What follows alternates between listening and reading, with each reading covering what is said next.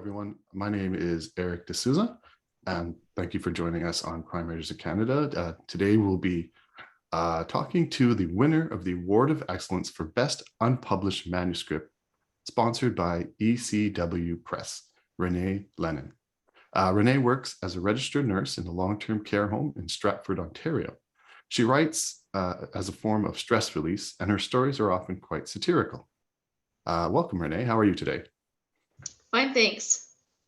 So I was doing my research on your website, lehnen.ca. I'll just spell it out because it's not like John. It's lehnen.ca. And you say there that you write when everyone else is sleeping. So do you get up very early or do you stay up very late? Well, I'm a shift worker. I've been fortunate actually just lately to have more day shifts, but for about the last 7 years, I've worked mostly evenings and night shifts. So my days and nights are backward, and that's why I write at night. I can imagine your day/night job takes up a lot of time and it's been quite stressful. So you say the writing helps? Oh yeah, for sure. Yeah, a creative outlet. Yeah. Perfect. I often like to discuss with authors the importance of settings. Sometimes our small towns pretty much could be replaced by any other small town. In your case, the setting was so important that it's the title of your manuscript. So what could you tell us about Elmington, the place? Okay, well, for people that live in the GTA, it's actually a fairly recognizable suburb. I think a lot of people that live in the western side of the GTA would recognize it as Oakville. Okay. It's basically Oakville, Ontario, kind of just tweaked a little bit so that it becomes more of a generic suburb. But yeah, it's Oakville. Okay. Yeah, because you call it self-satisfied, and Yeah, a I used self-satisfied to live suburb. there. And I guess I had some PTSD or something. That's too strong of a word. I'm a recovering suburbanite, and I actually grew up close to Stratford, Ontario, so I'm actually moving closer to home. So about 7 years ago, my husband and I packed our bags, headed up the 401 and Highway 8, and moved back to my neck of the woods and left Oakville. And I guess I was just processing the experience of having lived there for about 20 years. And it ended up being more or less a character in the book. Yes. So does it actually become like you said, a character in the book? So what makes it alive? Well, I think what it is a suburb like Oakville, which Oakville's changed a lot since the 7 years since I left. It's expanded a lot to the north, and it's more diverse and varied, and with a mix of socioeconomic classes now. But when I lived there, it was quite upper middle class, professional, business, bedroom community for Toronto, and it was kind of a surreal place. It was there, you wouldn't see the usual sorts of problems that you see in other cities like homelessness and so on. But that was replaced by like the so-called lives of quiet desperation of, upper middle class people and their foibles. And, a lot of Oakville, it was a good city to raise the kids in, but I would say there was a conformity and an expectation of meeting certain, it was kind of a keeping up appearances sort of city. And I think that's rich because it gives you a framework for people's hidden foibles and aspirations and desperations. And so it's kind of even though from the outside, the city's quite staid and dull and probably, waspy. On the behind closed doors, there's a lot going on in a place like that, I think. So that's why I used it for the setting. Excellent. I've been to Stratford for the festival, of course. Any Good. chance you're going to move your characters there, or are they going to stay in Elmington?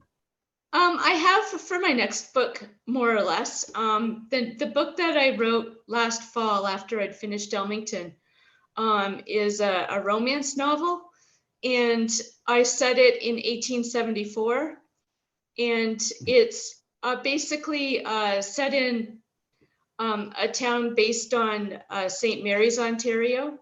Oh, okay. I called the town Maryville instead of St. Mary's, and it's so Victorian small town, southwestern Ontario, and that town's about a 20-minute drive from Stratford. So I'm kind of shifting to my geographical area now. I heard you describe What Love Demands, the new manuscript, as being a Yeah. spicy romance. So just how spicy is it? Oh, well, I guess I don't know. On the spice level, I guess you'd call it soft porn.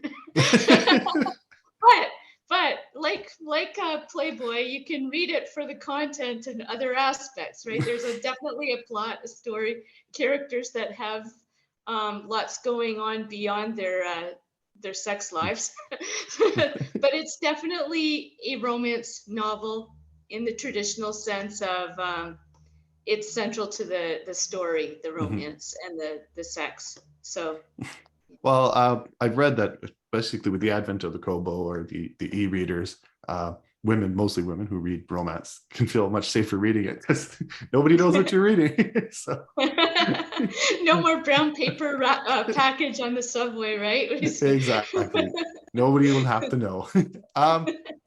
One thing I've noted from what I've read from your website is you seem to have quite unique characters that are quirky and fun, but they sound complex too. But it's a tough question, but do you have a favorite? Oh, I really like Gordon in the Elmington book, the elderly man who is terminally ill. And in the romance novels, I actually prefer the male characters to the female characters. I'm not sure why. I have only sisters. Maybe it's because I've got too much familiarity with women and I'm just kind of exploring what I guess ham-fistedly I imagine the world would be like if I were male. And it's kind of intriguing. So I don't know. I prefer my male characters to my female characters, probably because I know the female characters a little too well. So yeah, Gordon, I think, is my favorite in the Elmington book. Excellent. Is he in your, there's a previous one too about Elmington, a bunch of short So stories. that's Is he in that one? that one, those stories, I did a series of short stories that were set in Elmington, which was what I was calling Oakville. And what I did was with those stories, a few of those stories have ended up published in collection and anthology and literary venues. But I found that there was so much going on in this suburb that I'd created with these short stories that it was the springboard for actually taking one of those stories and expanding it into a novel. So the short story in the Elmington collection, which is unpublished, it's only published sporadically, story by story, but the whole collection hasn't been published as a unit. So there's a story in there about an old man who would like to have MAID, but he's denied by his doctor, MAID being medically assisted death. But his doctor denies him, and it's just a short story in there where they're bargaining, and he loses the bargain. And I thought there's just so much happening in that doctor's office that could be novel length, and that's what I did with it. Yeah, excellent. Yeah, I searched around the internet a little bit, and yes, you can find your short stories. They are out there. Yeah. just viewers are going to have to search for them. But yeah, they're quite intriguing and good short stories. And best of luck getting them published. I know quite often winners of this award do eventually get published. It does help. Yeah. Are you actively looking for a publisher, or have you ever considered self-publishing? I have very actively tried to find a publisher. I know it's a difficult time in the publishing world right now for traditional publishers, with, changes in how the companies are organized and people leaving and newer people coming on and everything. And I think there's likely a glut of pandemic novels for them to choose from right now, because I think it was a creative outlet for a lot of people to survive those 2 years. Um, the first off, I did write a letter to ECW Press. Hello, ECW Press. Thank you very much. But I haven't heard from them. And then I've moved on to submitting it here and there, but I just haven't gained any traction with it. So what I may do is look into self-publishing, but I'm just going to give it a little time first, Yeah. let it settle. I may circle back and make some changes and then try again, or I may self-publish, because I think self-published books are often quite successful these days. So, Yeah. but my priority, really, I'd really like to have it traditionally published, because traditional publishers come with so much experience and knowledge and wisdom, and they can be a very important resource for publicity and so on. So I'll try that first, and if it doesn't work, then I'm definitely interested in self-publishing down the line. It's a very good plan. I see you've already designed your cover, so you're halfway there. Well, that was a friend of mine, a graphic designer. She asked to read the book. She read the book. She's from Oakville too, although she's since left as well. And she said, "Oh, I just need to make the cover for this, Renee."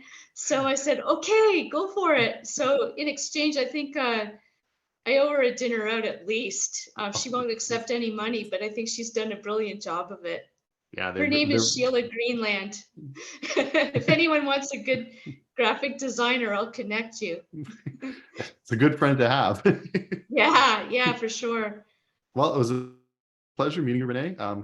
If anybody wants to check out these stories, I know you have excerpts on your website. Again, that's lehnen.ca. I encourage everyone to visit them there.